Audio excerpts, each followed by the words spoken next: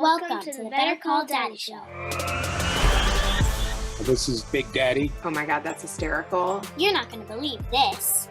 Oh my God. 5 stars. 5.5 stars. Papa. My dad is my hero. Grandpa, are you ready? I love a good happy ending. Oh boy. Hey. It's a phony baloney. And a tit for tatter. Hey, a lot of these things, I don't know where you're getting them from. It sounds like they're coming from when I look in the mirrors. Damn the public. Damn the public. Today's guest is going to help me step into my feminine energy. She was a nurse and now she teaches tantra. She's also going to teach me how to unblock my chakras. Dominique D'Vita, welcome. I'm ready for some sexual healing. Let's get it, girl. Let's go. I need some more feminine in my life. Oh my goodness. Have you been leading a lot from your masculine? I did that for a long time before Tantra. Tantra is what was a game changer for me, that unlocked. But I didn't discover Tantra until I was 44, but I was heavy on my masculine. And I think so many women do that, to be taken seriously, to not be taken advantage of, to be taken seriously and not be looked over at work and get promotions. And we feel like we have to work or prove ourselves in a man's world, the way the world of workforce was created. So it's really common. And then when we want to connect with a lover or partner, we don't attract the right energy because we don't know how to switch back into our feminine. And we want to attract someone that's masculine and is strong that we can finally relax and rest into. We kind of need to lean into our feminine to attract that. So that really helped me so much. I'm loving having this conversation and I'm so happy to be here and be able to share. So oh my gosh, I want to hear about where you were at 44, because I am 41, almost 42. So I'm almost where you were. So at 44, I've been a registered nurse since I was 19 and had been a single mom. And even my mother, was a child of divorce. So in the home, my parents divorced when I was a baby. So whenever with my mom, I even was kind of like the man of the house. I always had to fix things and step up to the plate. And I kind of had to look out for her sometimes more than she looked out for me. I had to parent her. That I think also led up to me being more in my masculine energy, for me to kind of have to take on that role and look out because she was an alcoholic. So she wasn't always making the best decisions. So I'm kind of like being the protector. And then that just continued to carry on into my adult life. And so I was just so used to, even if I would enter a relationship with a man, I would be so defiant sometimes that if they would try to, I felt like they were trying to tell me what to do. I was like, I live my life without a dad. I don't need you to try to dad me. Don't tell me what to do. And so I was very defiant, not understanding, which Tantra helped me with, but not understanding the need to also embrace my feminine energy. But at the time, I thought feminine energy was a weakness. But our society teaches us that, even subconsciously. Even males are actually a balance of the masculine and feminine energy. They have the XY chromosome, but they even repress and suppress their feminine energy. So they're not viewed as being weak or the fear of being seen as gay. Not that there should be any shame in that, but because, the way our society has been structured for so many decades. And then they want to go into being hyper masculine and leaning into, I'm going to join the military. I'm going to be a pro athlete, or I'm going to be an avid sports fan. And just I'm doing these things, I'm hunting, I'm doing all these things to prove what I am. And so they detach from their feminine as well. And feminine and masculine energy can guide us so much. So for me to be taken seriously at work as a nurse, and I worked a lot with a lot of surgeons, I took the role I could be an assisting surgeon. I was an RN first assist. So if a surgery required 2 surgeons, I could assist the primary surgeon with surgery and do a lot of the surgical things and suture and all these things. So even though nursing is a very female dominated field, that level, that specialty is mostly males will jump into that. There's all these layers to it. And then I explored for a bit when I was in Los Angeles I did some modeling, and then I was introduced into the Dominatrix world because I had bangs and I looked very much like Betty Page. And so I did pinup at first, which is all like cheesecake pinup, innocent, but Betty Page also played with whips. So then doing those shoots, then I met people and they're like, oh my gosh, medical fetish is a huge thing. And I was just thinking, oh my gosh, like a dominatrix. I would never hurt anyone. And then I noticed the parallel as this kept being presented to me. And I was like, okay, wait, I've been a nurse for decades and I really do some fucked up shit to people to make them feel better. That's not much of a stretch. and I restrain patients and like all of these things. So I was like, oh, okay, maybe I could do this. So I explored You're like, that. I have some ideas here. Yeah, I was like, this is good. The clients would want like a urinary catheter put in or something. And I was like, well, I know sterile technique. So it's better for me to do this fantasy with them than for a dominatrix that has no expertise in this, could give them like a kidney infection or urosepsis or all of these things. So I was like, okay, I can do this. So it was like a specialty as a dom. And so, but then there I'm holding this boundary with my clients and I'm like the dominatrix and I'm like heavy in my masculine energy. So I've always been so fascinated by sex. Like ever since I was 7 or 8, I would read my mom's Cosmo magazines and about the sex positions. And I'm Scorpio, born on Halloween. The topic of sex, I started watching Dr. Ruth as a teenager. I watched Talk Sex with Sue Johnson as an adult on the Oxygen Channel, and she's also a nurse. And I'm, always fascinated with it and giving my friends sex advice all the time. I have been a guest on Playboy Radio giving sex advice. So I was like, the human behavior and the desire was like more of a curiosity. I was like, really? Like people will pay me to do what? Like, I've got to check this out, And a decade prior, I had wanted to learn about Tantra, but I bought a book on Tantra, but I didn't even open it. I put it on the shelf and I was like, all right, when I attract a partner that wants to go here with me, I'll do that. But like a whole decade, I delayed my journey because I thought I needed a partner to begin, but that's a big misconception. Tantra begins with you. Like it starts with you, and then you attract, by being your own best lover, you attract better lovers, and you have this whole healing journey, which is another thing I'll share in a moment. And then I met a man. He didn't share with me that he had studied Tantra. He had mastered the ability, this is something I teach my male clients now, how to separate, males can separate their orgasm from their ejaculation so they can be multi-orgasmic, so they can have stamina for hours. And then they're not feeling so drained with, like males fall asleep quickly after ejaculation because they're draining their energy. And in Taoist beliefs, which I also study and have learned from the Taoist masters, they feel like the lifespan on average for males, the reason it's on average is less than females is because they drain so much of their life force, their chi, vital energy with frequent ejaculation. Everything touches everything. So how you're performing in the bedroom is often reflected in the boardroom. And even when I work with pro athletes, it's not to help them have better sex, but like Muhammad Ali, he wouldn't have sex or, for weeks or months before a big match because you lose that extra fire.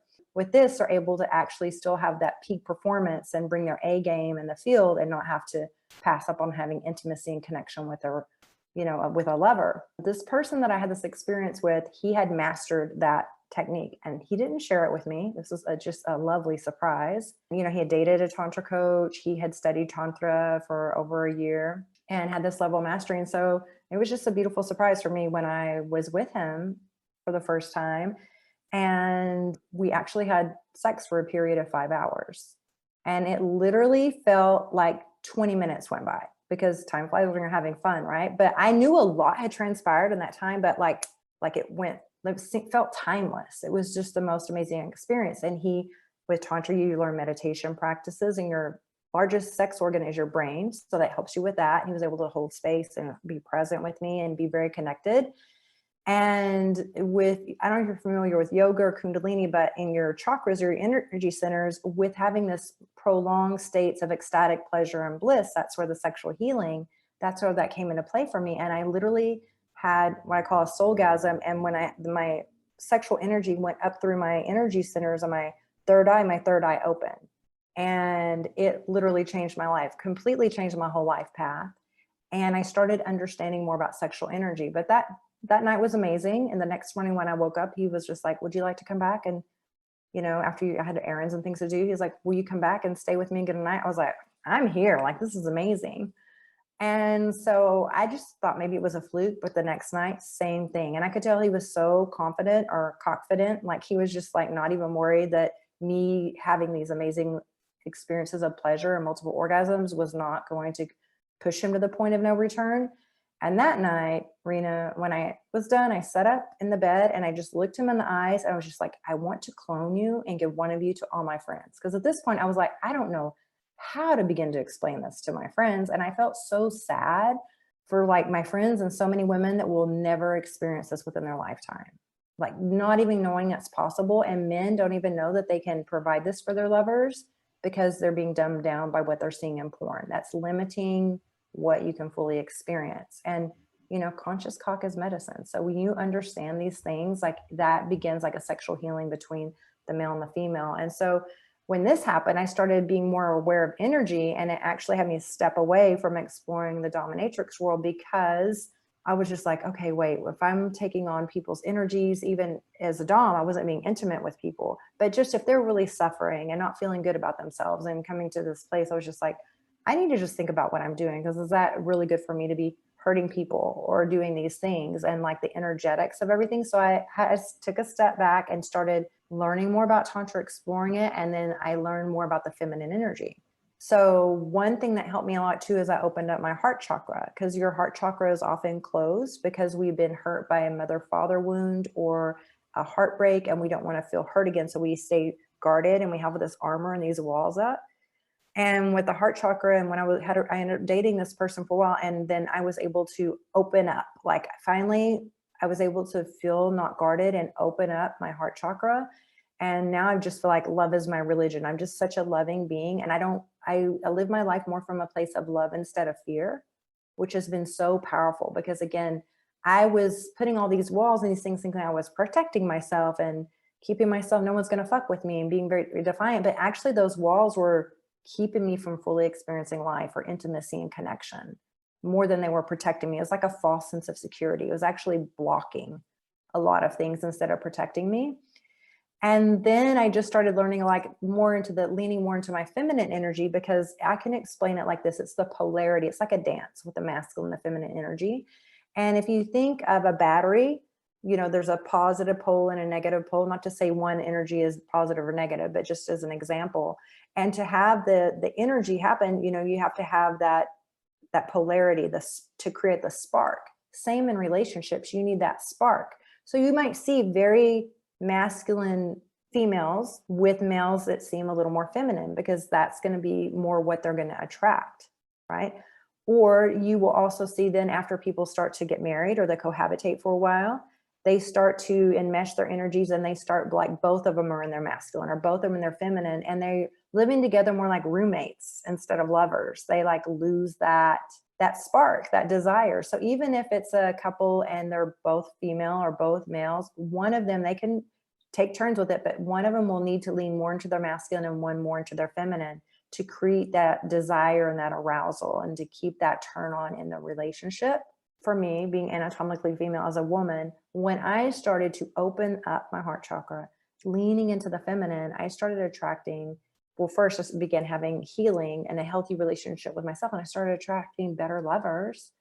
And then I would attract men that were more confident in this like healthy, divine masculine energy, because they were not feeling like there was going to be a power struggle with me. Because before I was giving off this appearance like, oh, I can handle everything. I've got everything. I don't need a man. But when we're manifesting or law of attraction, when we want to attract a better partner, if we act like we don't have space and we don't have a need, or, you know, we can handle it all ourselves, we actually aren't creating space for someone to come in and show up in their divine masculine. Because males want to show up and, you know, provide and protect us and do things like that too.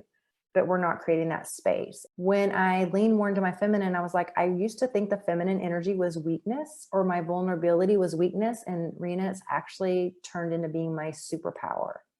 And it unlocks so many things for me. My relationships with my friends, my family, lovers. I attracted better lovers, like everything, coworkers, everything across the board was enhanced so much. And so like self-love and experiencing pleasure in your body, pleasure is medicine, all of those things are so powerful. And these are the things that Tantra teaches you. It's not just about having better sex, but it's having a better relationship with yourself, letting go of intimacy blocks that you may have, and really knowing how to relate and connect to another person in a healthy way. Because we so often learn from our parents or from other relationships how to relate and connect and continue unhealthy patterns. And now I've left my 30-year nursing career to go all in on Tantra, because it transformed me so much. Wow. And I've seen the power of it to heal people's relationships and their lives, and live more from a place of love instead of fear. That way, when people take their last breath, they don't die with regrets or not having healthy relationships. They can have had a more pleasure-filled, love-filled life. That's what I want to see, people really light themselves up and have healthier relationships and heal from past wounds. And Tantra provides you the tools to heal from those things and to have that transformation. And, you know, for me, I feel like I went from like the caterpillar to the butterfly so I could have this metamorphosis. I want to know too, were you able to clone that guy for your friends? I wish. What I have been able to do is, even though I do work a lot with females, with women, and when I'm talking about women, I'm just being anatomically female, anyone who identifies with women, I work with them one-to-one, and I have a group coaching program, the OM method, the orgasmic magic manifestation method. It helps you have more pleasure, more self-love, a lot of healing and things like that. And knowing how to manifest and law of attraction and call in divine partners, make more money, have better orgasms, all that juicy stuff. As a group program I have, and I guide women one-to-one. And so I'm really passionate about supporting women, but I also coach males. I teach these things now to men so that they can show up for their partners this way. So one of my male clients recently shared with me that he is having better sex at 60 with his wife than when they were 30. And then he's had such deep layers of healing. Then he's like, oh, now my wife, she said to me after 30 years of marriage, she shared with him the other day, thanks for allowing me to get to see you, to really get to know you. Because now he's like able to have this intimacy and let go of always feeling like he has to be the provider. There's a lot of pressure on males in our society to be the provider, to be the protector. And they're human beings too. They need to have a human experience. They have emotions, they have fears, you know, they should be able to be fully who they are and also fully play within their masculine and feminine energies. They're more of a balance of that than even, you know, and even I am. And so I love supporting males because when I support them, that's me being in support of the goddess of the divine feminine, because we need males to know this. There's so much misinformation for males about sex. And so we don't never have these healthy conversations or these enlightening conversations. And whenever we're in school, right, Rena, if you recall, it's like we're going to be taught about abstinence or shame with sex, or, you know, wait till you're married, or don't get pregnant, or don't get a disease. No one tells us all of this amazing like sexual healing and transformation and deep intimacy and connection we can have. No one tells us this. So then of course we go to look at porn to try to figure it out. And that is really dumbing us down and limiting us. And porn is still acting. That's what a lot of people don't realize. It is acting. And just like if you see a movie with the stunts or Fast and Furious, you understand that's acting. But with porn, we don't realize like some of those things, do not try that at home, because that's really not going to be what your lover wants. Like these are paid actresses and actors just based on fantasy. That's so interesting. And I wonder even if any of it's pleasurable. I mean, sometimes probably things are pleasurable, but the motivation for doing the scenes is not to give that actress pleasure. And so I think that is also very kind of toxic in our society. And what males are seeing when young males are seeing this, they're not seeing like, oh, are you having respect for your partner? Or is this just an object? Is this, do we just objectify women and use them for our fantasy and not even check in with them or communicate or have, you know? So I love to watch things that are more like erotica and things that are ethical, like ethical porn, because we never know too sometimes where these sources of porn are coming from, pun intended, but anyway. And so we don't want to be perpetuating or we don't want to be fueling the fire for a system or things that are unethical porn or things that are with sex trafficking or things like that. You know, you've got to think of what you're consuming too when you're in that energetic space. When did you start experiencing the love and intimacy and caring about the other person? I loved and cared for my first lovers, and I had been married before, but I did not have the tools to have healthy relationships with them because I had had such a dysfunctional relationship with my mother. And then they carried on their own trauma and things too. And then if you haven't healed these aspects of yourselves and you come into relationship, you don't relate very well.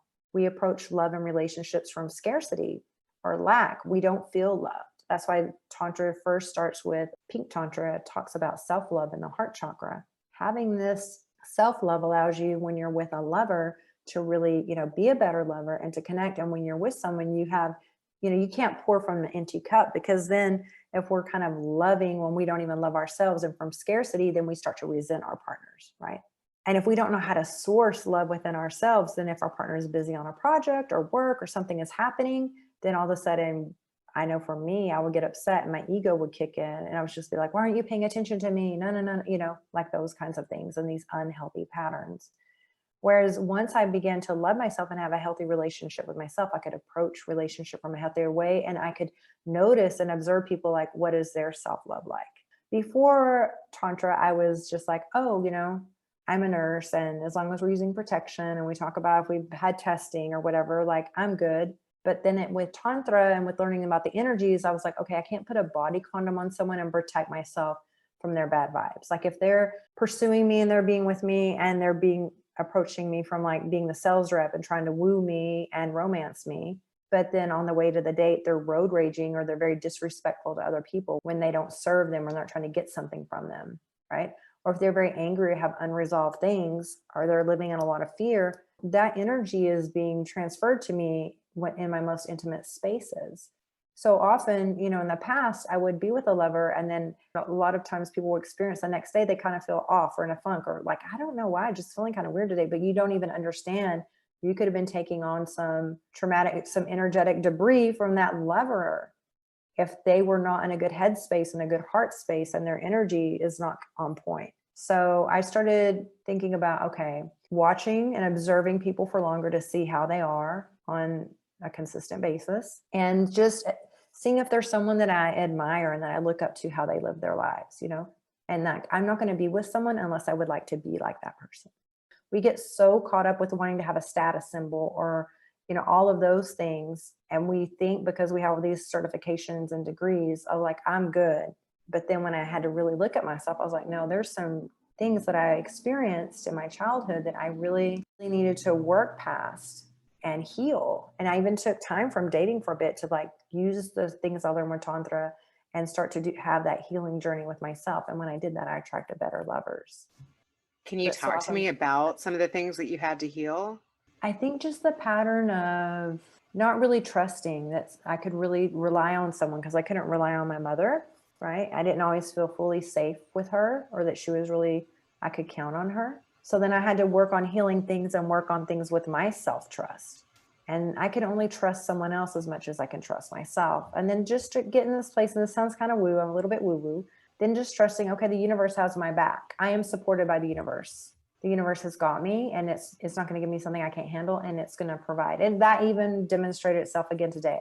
I got an email about something and I was like, yes, universe, you motherfucking got my back again. It comes in waves, and I just have to trust and know, as long as I keep showing up for my clients, that I keep showing up in integrity for myself. If I make time for play, if I make time for pleasure, if it's not all work and all, no play, like being a good boss to myself, right? And celebrating myself and doing those things and watching my energy is everything. And when I started mastering my energy, the world started responding differently to me. Our sexual energy is our most creative energy. It's our life force energy. We were created from this energy. So why should we have shame about it? But if we have shame about it and we disconnect from it, then we're actually disempowering ourselves. And we're an easier society to control when we're feeling shame. So Friday was a full moon, and I did all this like manifestation things that I'm really big into. And I want to know the rituals. Tell me. Yes. It's like, these are the things that I teach in my sex magic program, the OM method. But you use things like using the cycles of the moon and putting your intentions with the new moon, planting the seeds, and then doing certain tantra practices and rituals that I guide my clients to learning and mastering, so that they can have this with the full moon, and really putting that creative energy, that sexual transmutation towards what our heart desires. But then I teach like breathwork practices, how to open up your chakras and your energy centers, how to start to use your sexual energy to flow through your body, so you're more vibrant, so you're more tapped in, so you're raising your frequency, so your frequency is higher, so you're matching that higher thing. I want to know what else you've manifested. I've manifested celebrity clients and celebrity friends. It's just been the funniest thing. Like, I was doing my sex magic rituals and stuff and holding my intentions for what I wanted, and I know how to move my energy and everything. And then just things would open up for me. And then like all of a sudden a celebrity started following me on Twitter, and then all of a sudden they start messaging me, and I was just like, whoa, I was just like, this is the wildest thing. And I've manifested better jobs, moving across the country from LA to San Francisco for the top paying nursing job in the country. Then I attracted another twin flame lover there that I'm still very super heart connected to. And even now, like I usually meditate, my routine is I meditate in the mornings. One night I was meditating at about 10 or 11 at night, and that same person, and I haven't seen him in person since September of last year or August of last year, he messaged me. He was like, I can see you meditating right now. And I was like this creates deep connections. And what I want to share with that is, so often we want a soulmate, but we don't know how to have soulful sex and connect with someone on a soul level. So if we're having superficial sex and what we see in porn, if we're doing everything and operating on a superficial, how are we going to create a soulful relationship with superficial connections and not knowing how to really connect on a deep level? Osho says, if you love a flower, you don't pluck it, because when you pluck the flower dies. So much in our society, we think to love someone, we put a conditional love. You have to do this and do this and do that. And we're so afraid because we have fear of abandonment. We have fear of losing on something. Relationships should be more understanding and like, how can we share wisdom with one another? How can we encourage one another? How can we pour into each other in other ways and wish the best for one another? And I talk very openly with my daughters about these things. I have really beautiful conversations. And when they were older, it would throw people off. They're like, how do you talk to your daughter about that? I'm like, well, I have age appropriate conversations. When they were 5, I wasn't talking to them about sex. I had appropriate conversations you would have with a 5-year-old. And as they started growing into young women, I would have appropriate conversations with them as young women. Even when I was a dom and they were in their early 20s, I was so honest with them about it. And I was just like, this is what I'm doing. Because I was like, if I'm ashamed of it, I shouldn't do it. Because how are they going to communicate with me authentically and not feel like they have to hide aspects of themselves if I'm hiding and I'm not being truthful? I love that. I agree with that too. Yeah. What did some of those early on conversations with your daughter look like? I actually have a daughter too. She's 10. Early on, just letting them know, things like if there's masturbation, that's normal. And I would just make a joke. I was like, over 97% of people masturbate and the other 3%, they're liars. I was something like that, because I'm just trying to, and I would say it in a humorous way when they were teenagers and play it off. That way they would understand, like, you don't need to be embarrassed. Like, this is something everyone does. Right. I love that. Keeping it playful and then just not acting as if I can't even talk about sex. It's not like I'm going to be having sex in front of them, but I don't need to act like no intimacy or no hand holding or like, oh my gosh, you know what I'm saying? Like, because then they don't ever get to see connection or anything modeled for them. But I didn't choose the best fathers because I didn't know how to have a healthy relationships. Right. And so, now I wish I would have known what I knew before, like when they were younger, but I had my children young. So this came to me later life, because before I was in survival mode. Then they start being adults. Then I had the time to thrive. So I always tell everyone, and I've told my daughters, see who you are first and figure yourself out before you add children to the mix, But one thing I would tell them when they were younger is, if you're tired of what I'm telling you to do and you don't like to be told what to do, delay having children as long as you can, because you're going to go from me telling you what to do to what a child needs you to do. And you're never going to have your freedom to do things the way you want to do it. So if that's really what you want, don't have children. And so now my daughters are 29 and 34, and they haven't had children yet. And I don't know now, with everything that's happening in our society with health, I don't know. How do you feel about that? If they don't, I'm okay with that. I'm okay if they don't. I always tell them, don't have children because of me, because it's a huge responsibility. Have that because that's what you want. And you need to know who you are before you even figure out what kind of partner you'd want to have children with. And that's another thing I tell them. I was like, if you don't even have yourself figured out, how are you going to decide who you'd want to spend the rest of your life with if you don't even know who you are? So I would tell them, I don't care if you are a virgin when you're married. I care that you have yourself figured out when you're married and you know what you want in a partner. Like, that's what I care about. And then the other thing, whenever my oldest daughter was about 15 or so, I would talk to them about, like, don't ever fake orgasms. And I would tell them, you know what, if you're tempted to have sex, I know your hormones, you're curious, and that's normal. We're the only species, other species, when they're ready to mate, other animals in nature, they have sex, but we're the ones that our bodies are ready. But then society is like, no, wait, because of the way our society is structured. So I'm like, wait, I said, because one, you don't want someone to be just spreading rumors about you at school, that could be hurtful to your feelings. And I'm telling you, males don't have sex figured out yet. So you're really not missing out on anything, because it's going to be over before it starts. And then you're just going to have to deal with the aftermath of, like, pregnancy or your reputation or people saying negative things about your feelings getting hurt. I said, so just wait, give the males time to figure their bodies out a little bit more so it'll be better for you, because you think you're missing out, but you could satisfy yourself much better than probably they will be able to.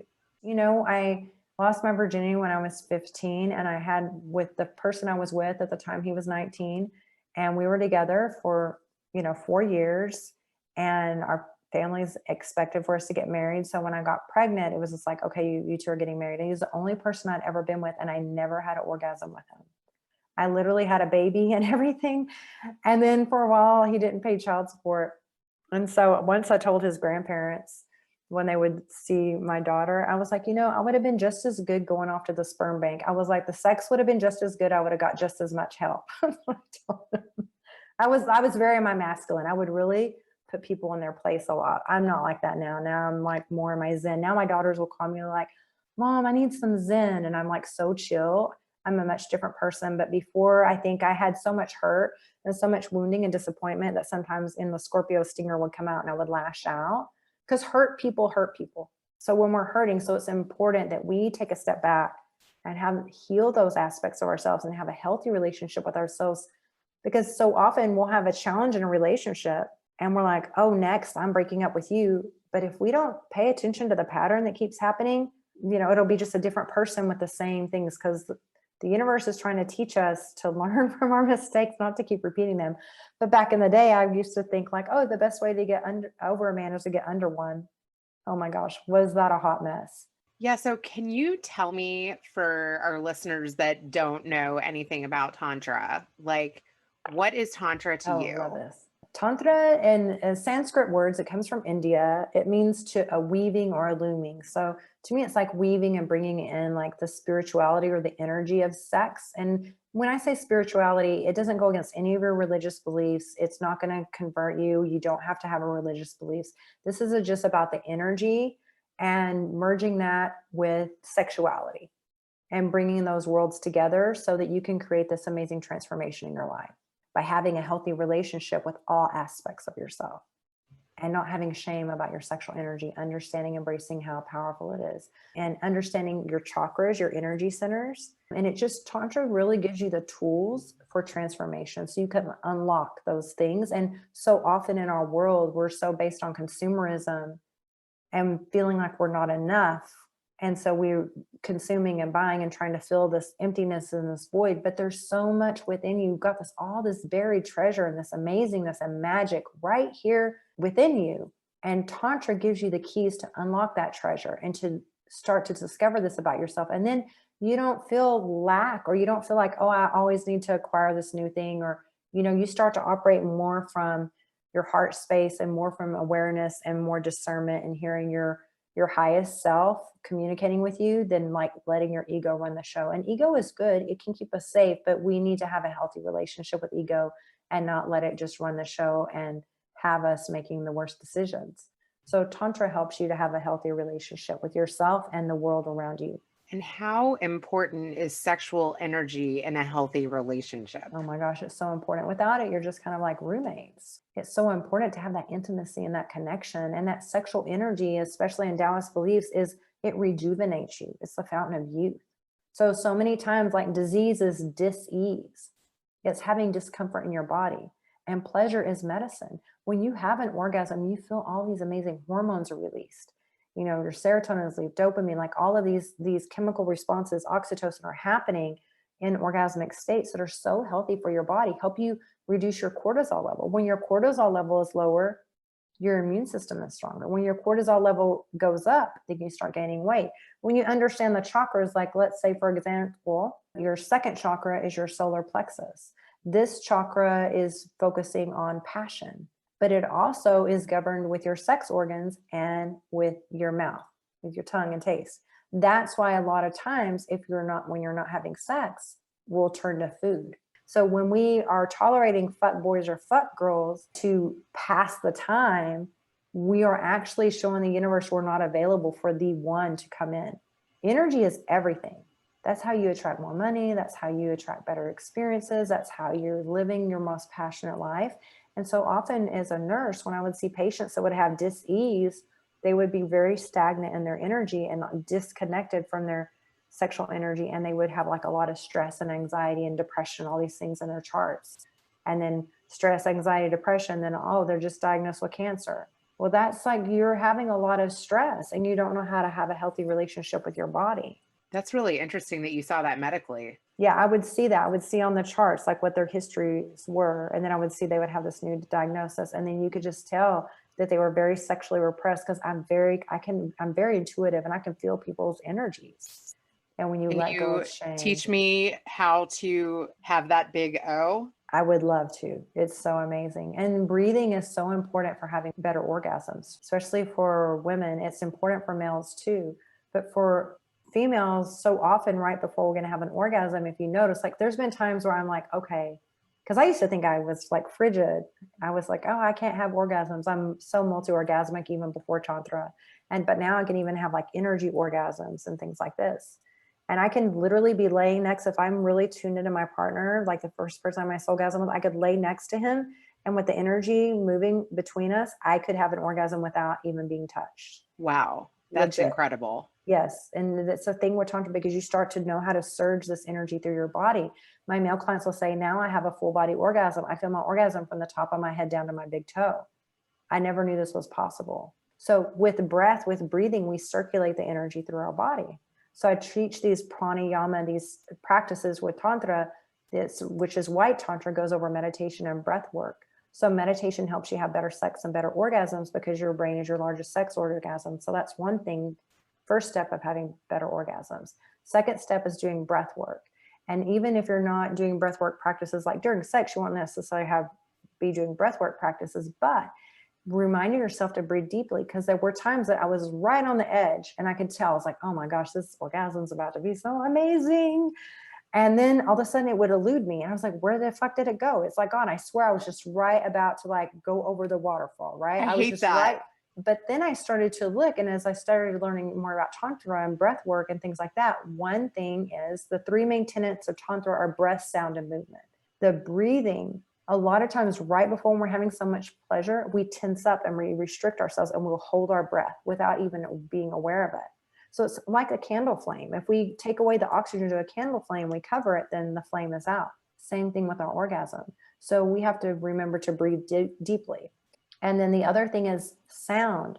Like with, again, three tenets of Tantra, breath, sound, movement. So with sound is like a thief, and it steals the tension from your body. When you're tense and things like that, the pleasure doesn't move through you as freely.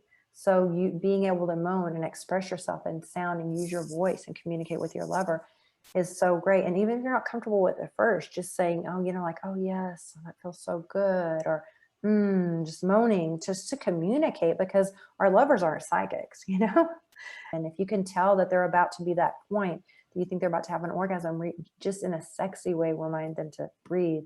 Say, oh, breathe that all the way in, breathe it in all the way from your pussy to the top of your head. And just, let them know that, oh my gosh, you look so beautiful, and just keep it flowing, because we can be so self-conscious during sex. So just giving your lover those like words of affirmation and talking and communicating with them can really make this enhance the experience and create more intimacy. And eye gazing is really important too. But just being able to hold that and really fully see them and allow them to see you. So once we drop these masks, we drop our walls, and we really allow someone to fully see us, to fully be seen, and we're willing to fully see that person for who they are and honor that. And then we're being intimate and we're having this soul heart connection with them, and we can even feel the energy between us and the arousal, the turn on, and we're breathing together and we're moving together and we're communicating our boundaries, we're communicating our desires. When we can do those things, our sex just gets better and better. Do you do couples work as well? I do. I love working with couples. And the other thing too is a lot of times, like for the 60-year-old man who's having better sex with his wife than 30. And he even messaged me the other day. He's like, oh, my wife was having a headache, and then I had sex with her and she's blissed out and she's falling asleep and the headache's gone. Thank you so much for everything. And I said, well, you're welcome, but thanks for trusting me. And you did the work to learn it. You know what I mean? Because he was like, oh, I couldn't have done this without you. I'm like, you did the work and trusted. right? So, but she was shy. He says she's comfortable talking to me about sex, but she was too uncomfortable to talk to me. So she'll relay messages of gratitude all the time in my sessions with him, and she supports him. She's like, oh, you want to coach with her another 6 months? Go for it. The last level up was so great. I can't wait to see what this next level up is going to be. She's just like, thank you so much for doing this work. Oh my God. Do you love that wives thank you? I do. Literally, I had a session with them the other day, and my face, and it's not from embarrassment, my face just turned red, and I was laughing because I see in the Zoom, my face was red. I was like, oh my gosh, like that literally warms my heart. Like that's what I fucking live for. That's why I do this and share this. Wow. And so it was just so amazing. So many times I work with both men and women that sometimes their partners will know or won't know that they're working with me. But just by one of them stepping into this and doing these practices, because how we start to show up for ourselves, then we're going to show up with our lovers in a different way. And then sometimes the males may be resistant to doing it or vice versa. And then after they see the experience, like, oh, this is like some next level shit. Let's even take it another level and I want to be in on it. Or they're like, oh, this is so bomb. I'm good, like, and so you don't, yeah. So it's really so amazing. I love it. And I love working with couples too. But one thing too is like for males, because males have learned how to have orgasms so fast, because think about it, for both males and females, when we first learn to masturbate, we don't want to be caught by our parents. So we do everything very quick. So with neuroplasticity, we're creating that pleasure pathway where we do things fast. So I'm teaching with neuroplasticity and other things holistically as a nurse to optimize health and your neuroplasticity, how to rewire and create new pleasure pathways. That takes some time. So actually for males, it's better if they do this while they're single so they can have this mastery, because if they start trying to practice and the energy of the lover or being inside of her will pull that out and they won't be able to master it yet. So I have them do self-pleasure practices to have this mastery, or if they're with a partner, for them to understand that they're doing this work, and for them to know too, don't be practicing at first with your partner, because then she's going to start resenting, feeling like she's a science project. Like you need to have intimacy, you need to have connection, you need to do your sexercises and things like that I'm teaching you on your own, and have a certain level of mastery before you introduce it to your partner, because women, we're very intuitive. So you've given me so many great titles throughout this entire episode. Your lingo is on point. And I say what I used to say too, and one of my other words is don't get distracted. I definitely think there's going to be people in my audience that reach out to you. So let them know the best way and place to do that. My website is yestantra.com, and on social media, it's at yestantra. And in my social media links, there's another link that has all of my links. And maybe I can share a link here too. And also, if you want to see about working with me and you want to have a free 30-minute discovery call with me, I'll share the link with you here that you can put in the show notes. You can request that call with me. And it's just for people who are ready to take that step. If you're not quite ready yet, it's just to see that we're a good fit and which of my programs will be best for you. Or you can just subscribe to my newsletter. And I also do have some other offerings. I have my 12 Days to Self-Love, which is an ebook. And your listeners can get it 50% off with the code BESTLOVE with a hyphen in it. And I'll share all this information with you. And then I also have a masterclass I have a female pleasure masterclass. It's a replay of a masterclass that they can get. And I also have a male stamina masterclass and a male stamina free guide and a female orgasm tips guide. And of course, Rena, I'll gift these things to you. You'll be getting these nice little pleasure bundle. I can't wait. And then for Daddy, so he, oh my God, me and my daddy might have to do a follow-up. This is going to be so much fun of a conversation. I would love. I might have to get him on with you. I would love that. How old can people have sex? Quite advanced in age. I remember. No way. I remember once I caught my grandparents having sex when they were in the early 70s, and they didn't even know Tantra or Taoist stuff. I snuck out of there so fast. I was a kid. It runs in your family. Yes. Well, my grandmother, this was before Viagra. My grandmother, she was this like very classy woman, but she would literally go sometimes with my granddad to a strip club so he would be more excited so she could have sex with him. God love her. I know. I do love her so much. Oh my God. It has been so great connecting with you. I really want to keep in touch for real. Most definitely, Rena. I would super love that. And I love this conversation, and I look forward to having a conversation with your dad, because these are, I'm super passionate about all this. Oh my God. I cannot wait to hear what he has to say about this. Yes. I'm just trying to, save the world, multiple orgasms at a time. I love that. Oh my God, you're a gem.